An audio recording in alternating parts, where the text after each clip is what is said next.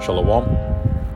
All praises, blessings, glories, and honors to Yahweh Bahashem, Yahweh Shai, Bahashem, Racha, Kodash, and double honors to my elder apostles and bishop elders of Great Millstone who told me this truth, as well of men of like mind. Shalom wa chasad, which means peace and mercy to the elect of the nation of Israel, whom you so-called Negroes, Latinos, Native American Indians, and Israelite foreigners of the sea line of our forefathers, Abraham, Isaac, and Jacob, whom is scattered here in America, which is Babylon the Great, and abroad. To you I say Shalom, beginning with the 144,000 prophets, and Yahweh Bahashem, Yahweh Shai willing, this lesson is edifying. My name is Kwanawath, and in today's lesson, we will touch on the topic, the prophecy concerning the destruction of America, Babylon the Great. Now, it is written in biblical prophecy that America, Babylon the Great, will be destroyed by thermonuclear fire. And to prove so, through the spirit and power of Yahweh Bahashem, Yahweh Shai, let's start off with the book of Malachi, chapter 4, verse 1. It reads, "For, behold," which means to look, "the day cometh that shall burn as an oven." And so a particular day will come in the near future whereby the elements shall melt with fervent heat, and everything as we see it shall burn as an oven. And all the proud, and who is the proud? The proud is the wicked. And who is the wicked? Malachi chapter 1 verse 4 tells us that the wicked is Esau, Edom, the so-called Caucasian race. And they are the proud. In addition to the proud, which is the wicked, we have the proud of the nation of Israel, which are 2/3 of the nation of Israel, who live sinful lives that are contrary to the laws, the statutes, the commandments of Yahweh Bahashem, Yahweh Shai. Lives so full of hubris, and hubris is extreme pride, right? And besides them, you have the heathen nations. And so the proud, yeah, and all that do wickedly, including 2/3 of the nation of Israel, shall be stubble. And the day that cometh shall burn them up. And what will cause that to happen? Thermonuclear fire. Saith the Lord Yahweh, Bahashem, Yahweh Shai of hosts, that it shall leave them neither root nor branch. So that day will be so great, so hot, that it will burn as an oven. So much so to the point where neither root nor branch will be left. This is the book of Psalms, chapter 21, verse 9. Thou shalt make them, and who is them referring to? The proud and all that do wickedly. The Lord is going to make them in that day, at that time, during that hour, for 1 hour, as it is written, according to Revelation, the 18th chapter, everything that we see will come to naught, according to Revelation chapter 18, verse 17. All right? In that day, thou shalt make them, the Heavenly Father Yahweh, through His Son Yahweh Shai, shall make them as a fiery oven. In the time of thine anger, because during those days when the Lord is going to be executing judgment and vengeance upon the wicked and upon their kingdom, including 2/3 of the nation of Israel, the Lord is going to burn them up in his wrath. Thou shalt make them as a fiery oven in the time of thine anger. The Lord Yahweh, Ba'ashem Yahushai, shall swallow them up in his wrath.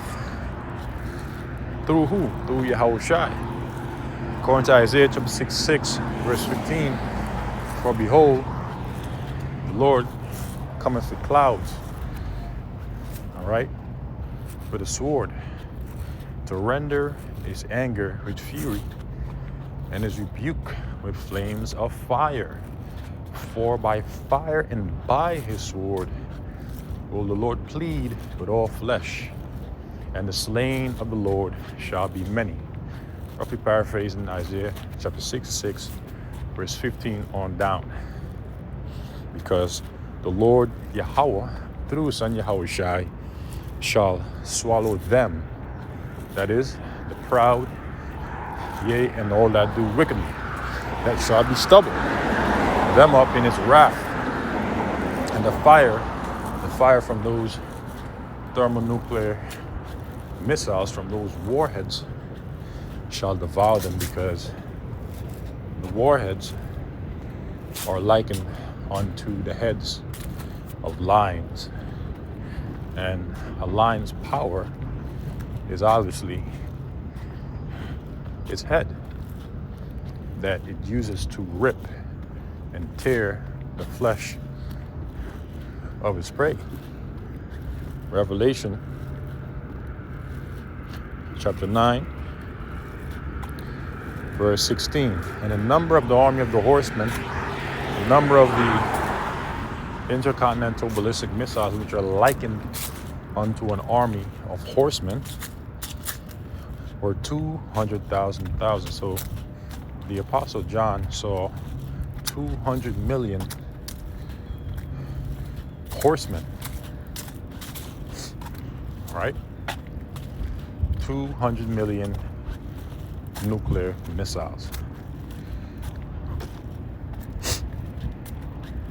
200 million warheads, to be specific, because some nuclear missiles or hydrogen bomb can carry multiple warheads, known as MIRV or MARV. One of the two. You can leave the comparison and the contrast in the comment section of the lesson, Lord's willing. Gratification for those that may come across this lesson, Lord's willing. All right. What is the difference between an MIRV and an MARV? Leave that in the description box of this lesson, Lord's willing, for edification. It says that the number of the army of the horsemen were 200,000, 200 million intercontinental ballistic nuclear warheads. And I heard the number of them, because they're going to make great noise. And thus I saw the horses in the vision. And Joel even saw these horses as well, according to the book of Joel, the 2nd chapter. And them that sat on them having breastplates of fire, and of jacinth and brimstone, and the heads of the horses were as the heads of lions. Because remember, the fire shall devour them. A lion devour its prey ferociously, viciously. And out of their mouths issued fire and smoke and brimstone. Does this mean that he saw a lion's head, and the lion opens up its mouth, and out of its mouth is coming fire and smoke and brimstone? No, that's metaphoric. It's referring to the warheads. Out of the nuclear warheads issued fire and smoke and brimstone after they detonate. By these three was the third part of men killed. The third part of men represents the wicked.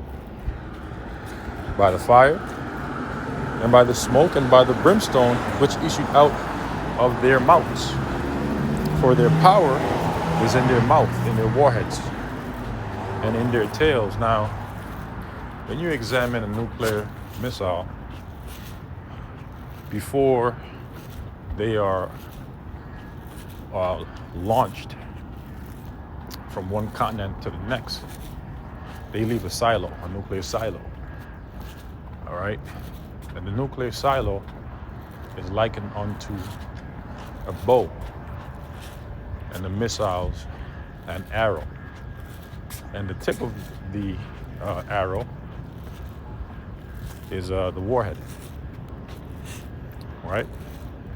And that's the engine, the system, the silo, that is, that shoots the missile. And after it leaves the nuclear silo, the engine, this engine system that allows it to go from one continent to the next, that propelling system, it leaves a trail of smoke that has the appearance of a serpent. Right? And by the smoke and by the brimstone which issued out of their mouths. For their power is in their mouth and in their tails. Right. The engine system that propels them from one continent to the next. In the process of leaving the nuclear silo to go from one continent to the next, they leave a snake-like trail full of smoke. Right? And by the brimstone, excuse me, I already read that. For their tails were like unto serpents, and had heads, and with them they do hurt. So again, I'll read that again. It says, for their power is in their mouth and in their tails. For their tails were like unto serpents. And I explained why. You could even look it up for yourself to verify. And had heads, and with them they do hurt, warheads, and they do hurt because they're gonna devour everything in their path. Okay. So now let's nah. So now let's wait me 1 second.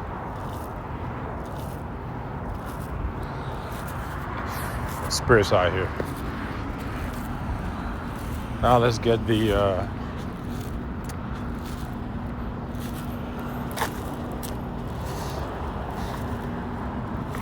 Book of Deuteronomy.